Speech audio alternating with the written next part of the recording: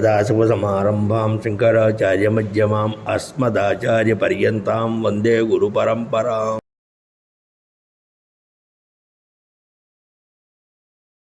దత్తాత్రేయ స్వామిని అవధూత అంటూ ఉంటారు.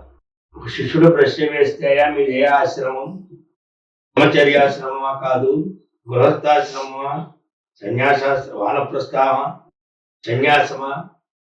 బ్రహ్మచర్యం అంటే మీ పక్కన సర్వకాల సర్వోత్తరేందు స్త్రీలు ఉంటున్నారు, అందువల్ల బ్రహ్మచర్యం అంటానికి లేదు. బ్రహ్మచర్యాశ్రమం కాదు. గృహస్థాశ్రమం అందామా అంటే నిరంతరం శరీర భాజన లేకుండా ఏదో మీరు సమాధిలో ఉన్నట్టుగా ఉంటారు అని గృహస్థాశ్రమం చెప్పడానికి కూడా అవకాశం దొరకట్లేదు.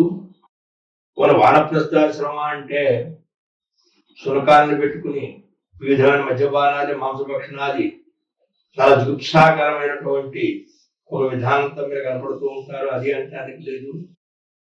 కొన్ని సన్యాసాశ్రమం అంటే చాలా దూరంగా ఉంది. మరి ఈ 4 ఆశ్రమాల్లో ఏ ఆశ్రమాల్లోనూ మీరు చేరలేదు. మీరు ఎవరు అంటే అయం పంచమోహ ఆశ్రమ, అది ఐదో ఆశ్రమం అయ్యా. నేను 5వ ఆశ్రమం అండి, ఇవి 4 నాకు ఉండవు. దాన్ని అవధూతాశ్రమం అని చెప్తూ ఉంటారు. అవధూత అంటే అదేంటి? అక్షరత్వా వరేణ్యత్వా భూత సంసార బంధన తత్వమస్యాది లక్ష్య అవధూత సముచ్యతే అని అవధూత లక్షణం.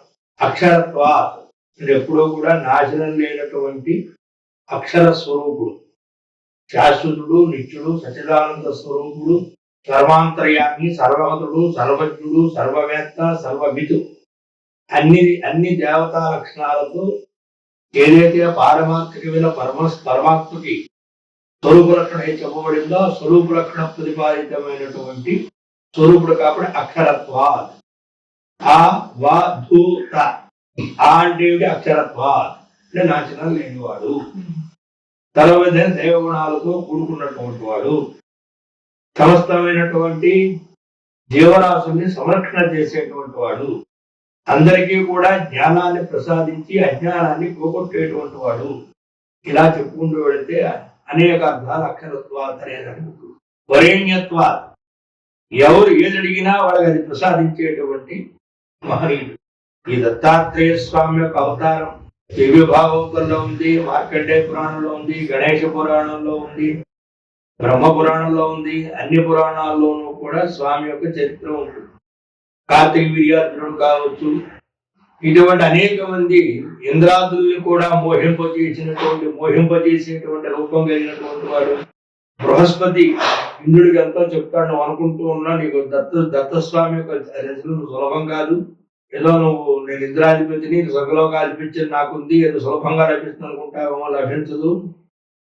ఆయన నీ మనసుకి విరుద్ధంగా కనపడతాడు.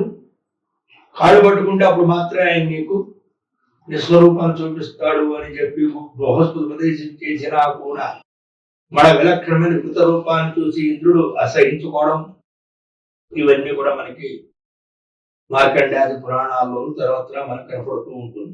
అన్ని వరేణ్యత్వా ఆయన అనుగ్రహించుకున్నప్పుడు అనుగ్రహించడానికి అర్హత మనం సంపాదించుకోవాలి. అలా అర్హత సంపాదించుకున్నటువంటి వాళ్ళకి సమస్తమైన కోరికలు నెరవేర్చేటువంటి వాడు. దానికి ఉదాహరణ కార్తీక వీర్యార్జునుడిని జ్ఞానం చేశాడు. భోగాలతో మదమత్తంగా ఉన్నటువంటి అలర్కుడిని ఉపదేశం చేసి వాడిని కూడా ఉద్ధరించడం జరిగింది. ప్రహ్లాదాదులు, పరశురామాది మహనీయులు స్వయంగా గణేష్ పురాణాల్లో చెప్తారు. జమదగ్ని రేణుకల యొక్క ఔర్దేహకమైనటువంటి కర్మలో బ్రహ్మత్వాన్ని వహించి అవన్నీ కూడా ఆయన సక్రమంగా నిర్వర్తించారు అని చెప్తూ ఉంటారు. ఇవన్నీ గణేశ పురాణంలో వరేణ్యత్వ, ఎవరికి ఏది ఎప్పుడు ఎందుకు ఇవ్వాలో ఆ ఇవ్వగలిగినటువంటి సంపూర్ణ అనుగ్రహం కలిగినటువంటి వాడు.